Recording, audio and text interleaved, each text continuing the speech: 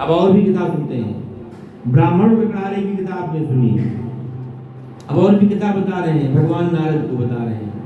और नैमिषारण्य के तीर्थ में सूत जी महाराज 88,000 ऋषियों को बता रहे हैं कि ब्राह्मण और लकड़हारे की कथा आपने सुनी, अब और भी कथा सुनिए, अब और भी कथा बताते हैं।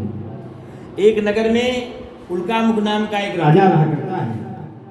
एक नगर में उल्कामुख नाम का एक राजा रहा करता है। वह कैसा राजा है? जितेंद्रिय है, जो अपनी इंद्रियों को बस में करके रखता है, सत्य बोलता है, नित्य देवालय जाता है, इतना धन दान करता है कि ब्राह्मणों को संतोष हो जाता है।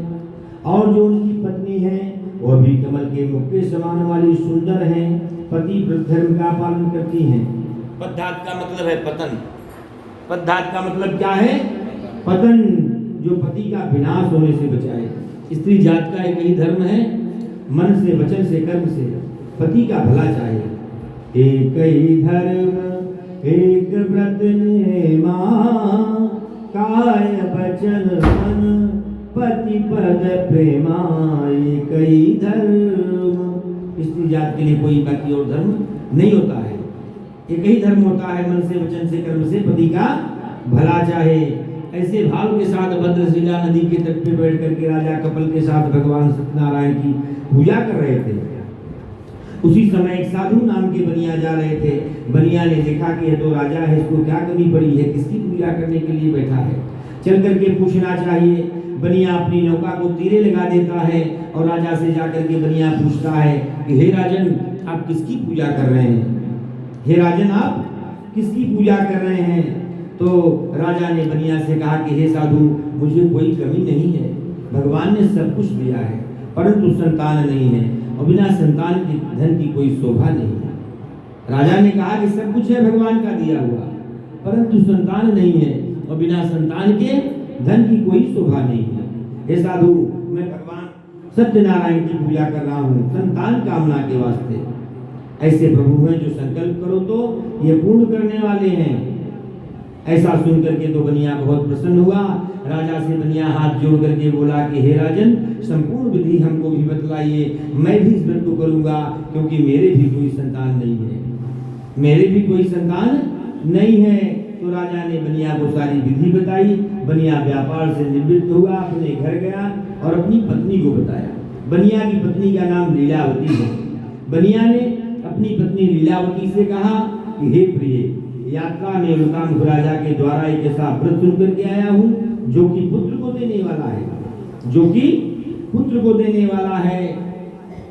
लीलावती बहुत प्रसन्न होती है। न पुत्रा तो परम लाभन भार्याः परमं सुखम। बेटा होना अच्छा है, लेकिन बेटी हो जाने से भी कलंक मिट जाता है, इसलिए बेटा और बेटी में अंतर नहीं करना चाहिए। सबनम की एक बूंद सी होती हैं बेटियां, शबनम की एक बूंद सी होती है बेटियां। हीरा है अगर बेटा तो मोती है बेटियां। बेटा बड़ा होकर के एक कुल की लाज बचाएगा, दो दो कुलों की लाज बचाती हैं बेटियां। बेटा और बेटी में अंतर नहीं करना चाहिए। बनिया की पत्नी ने कहा कि इस व्रत को करना चाहिए स्वामी। बनिया बहुत चालाक था। बनिया ने पत्नी से कहा कि धन बड़े कष्ट से कमाया जाता है, इसका तुझको ज्ञान नहीं है, अभी धन खर्चने का काम नहीं है। जब हमारे घर में संतान जन्म लेगी तब हम भगवान सत्यनारायण की पूजा करेंगे। जब हमारे घर में संतान जन्म लेगी तब हम भगवान सत्यनारायण की पूजा करेंगे। ऐसे बनिया बात को टाल देता है। पतिव्रता स्त्री धर्म परायण हुई। 10 महीने बाद उनके घर में कन्या पैदा हुई। 10 महीने बाद उनके घर में कन्या पैदा हुई जो लक्ष्मी स्वरूपा थी। कला कला पढ़ने लगी, पंडितों ने नामकरण किया, कलावती नाम रखा गया। मीठे वचनों में लीलावती ने कहा, स्वामी आपने कहा था जब हमारे घर संतान जन्म लेगी तब हम भगवान सत्यनारायण की पूजा करेंगे। बनिया ने कहा, हमने तो बड़ी छठी में बहुत खर्चा कर दिया, हमारे नात रिश्तेदार सब चले गए, अब हम इसका विवाह करेंगे तब धूमधाम से भगवान की पूजा करेंगे। जब हम इसका विवाह करेंगे तब धूमधाम से भगवान की पूजा करेंगे। ऐसे बनिया बात को टाल देता है। थोड़े दिन में जो कलावती है वह सयानी हो जाती है। बेटियां बहुत जल्दी बड़ी हो जाती है। बनिया व्यापार से निवृत्त होकर के आया, सहेलियों के साथ देखा अपनी बिटिया को, तो विचार करता है। क्या विचार करता है कि बेटी विवाह के योग्य हो गई है, इसका विवाह कर देना चाहिए। दूतों को, ब्राह्मणों को बोला कि कोई श्रेष्ठ बालक विचारिए जो पढ़ा लिखा हो, सुचित हो, जाति भाई में कुलीन न हो, दरिद्र न हो। रीति रिवाज के साथ बनिया अपनी बेटी का विवाह कंचन नगर के वैश्य बालक के साथ संपन्न कर देता है। भाग्य पर जो भगवान की पूजा है वो बनिया विवाह के समय भी करना भूल जाता है। तब भगवान रुष्ट हो जाते हैं कि देखो इस बनिया का, इसने कहा जब हमारे घर संतान जन्म लेगी तो हम आपकी पूजा करेंगे। संतान ने जन्म लिया तो कहा कि हम आपकी पूजा विवाह में करेंगे, और विवाह में तो उसको याद भी नहीं है। ऐसे सब झूठ समझ करके बनिया के ऊपर भगवान रुष्ट हो गए, और बनिया अपनी बेटी का विवाह करने के बाद ऐसा विचार करता है कि हमने तो बेटी की शादी में बहुत सा धन खर्चा कर दिया, अब मुझे क्या करना चाहिए, व्यापार को आगे बढ़ाना चाहिए, ऐसा बनिया विचार करता है। बनिया को एक ही बेटी है, दामाद को भी बनिया घर जवाई बना लेता है, और दामाद को भी बनिया लेकर के व्यापार करने के लिए निकल पड़ा। रत्नसारपुर नामक शहर जाता है, जो कलकत्ता के नाम से भी हम लोग जानते हैं, राजा चंद्रकेतु के राज्य में। वहां पर बनिया व्यापारी का कर्म करने लगा। बनिया को भगवान ने श्राप दिया कि जा तुझको कठिन से कठिन दुख प्राप्त होगा, जो दुख बर्ता कर रहा है उसका तुझको दंड मिलेगा। भगवान की माया से जहाँ बनिया व्यापारी का कर्म कर रहा था, दो मायावी चोर राजा का धन चुराते हैं और बनिया की नाव में पटक करके गायब हो जाते हैं। दूतों ने देखा कि पहरे में चोरी हो गई, धन को ढूंढते बनिया के पास पहुंचे, और बनिया की नौका में राजा के खजाने का धन देखा तो बनिया को चोर समझ बैठे। ले जाकर के बनिया को बंदी खाने में डाल देते हैं, और राजा से कहते हैं कि देखिए दो चोर पकड़ करके लाए हैं। बनिया रोने लगता है, बनिया रोने लगता है कि मैं चोर नहीं हूँ, हे राजन मैं तो व्यापारी हूँ, मुझे नहीं मालूम है धन मेरे पास कैसे आया। राजा ने कहा कि अपने से कोई चोर कहता नहीं है कि मैं चोर हूँ, माल तेरे पास बरामद है। ऐसा कह करके राजा बनिया का भी सब धन छीन लेता है, उसे बंदी खाने में डाल देता है। बनिया के घर पे भी बहुत कष्ट होता है। बताते हैं कि उनकी पत्नी को, उनकी बिटिया को फोड़ा, फुंसी, बुखार, खांसी आदि व्याधि लग जाती है, घर में चोरी हो जाती है। अन्न की चिंता में कलावती लीलावती भिक्षा मांगने लगती है। राम विमुख संपत्ति प्रभुताई, जाई रही पाई विमुपाई। भगवान से विमुख होकर के लक्ष्मी भी चली जाती है बिना हिसाब किताब के। बनिया के घर पे भी ये सब कष्ट होता है। उनकी पत्नी को, उनकी बिटिया को फोड़ा, फुंसी, बुखार, खांसी आदि व्याधि लग जाती है, घर में चोरी हो जाती है। अन्न की चिंता में कलावती लीलावती भिक्षा मांगने लगती है। एक दिन जो कलावती उनकी बेटी है वह भिक्षा मांगने जाती है। कलावती कहाँ जाती हैं? भिक्षा मांगने जाती हैं। जहाँ भगवान की कथा हो रही थी, सबने कलावती से कहा कि कथा सुनो, प्रसाद लेकर के जाओ।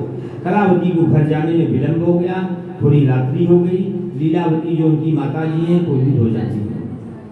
लीलावती क्रोधित हो जाती है अपनी बिटिया कलावती के ऊपर की, तुम मनस्ते वर्ते, हे कन्या तेरे मन में क्या है? संत महात्मा राजा मंत्री ये घूमे तो पूजे जाते हैं, स्त्रियां ऐसे घूमे तो अपमान होता है।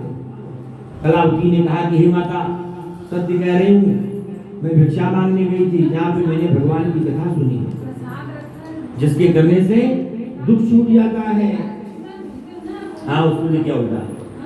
कलावती ने कहा कि हे माता मैं सत्य कह रही हूँ, मैं भिक्षा मांगने गई थी जहाँ मैंने भगवान की कथा सुनी है, जिसके करने से दुख छूट जाता है। पिता इत्यादि घर आ जाएं, इस व्रत को करना चाहिए। लीलावती को तो वह व्रत याद आया जो उसके बाप ने संकल्प लेकर के नहीं किया। दोनों माता बेटियों ने प्रातः काल सभी सामग्री को इकट्ठा किया, अपने भाई बंधु को बुला करके भगवान का पूजन किया, प्रार्थना किया कि हे सतदेव हमारे पति और दामाद जहाँ कहीं अपने घर आ जाएं, वे अपने घर आ जाएंगे तो हम आपकी फिर से पूजा करेंगे, और जो उनसे अपराध हुआ है उसे आप क्षमा करें। कोई टूजी भोजी नहीं है। भगवान स्वप्न देते हैं, दर्श्यामासन में चंद्रकेतु निबोधमान। 10 महीने बाद राजा चंद्रकेतु को भगवान स्वप्न देते हैं कि हे राजन तुमने जो दो बंदियों को बंद कर रखा है, निर्दोष हैं, इन्हें प्रातः काल छोड़ दे, जितना धन लिया है उसका चौगुना धन दान दे करके इनको विदा कर दे। अगर तू ऐसा नहीं करेगा तेरा धन राजपुत्र सब नष्ट कर दूंगा। ऐसा भगवान राजा को स्वप्न दिखाए, वह राजा भयभीत हो गया, डर गया। मंत्रियों को, ब्राह्मणों को बुलाया, सबने कहा कि यह कष्ट बनिया को भगवान की इच्छा से तुरंत बनिया को राजा बंदी खाने से मुक्त करवाता है। चौगुना धन दान करता है, वस्त्राभूषण दान करता है। वो बनिया करता है कि अब क्या होने वाला। राजा ने कहा कि डरो मत, सब कष्ट भगवान की इच्छा से था।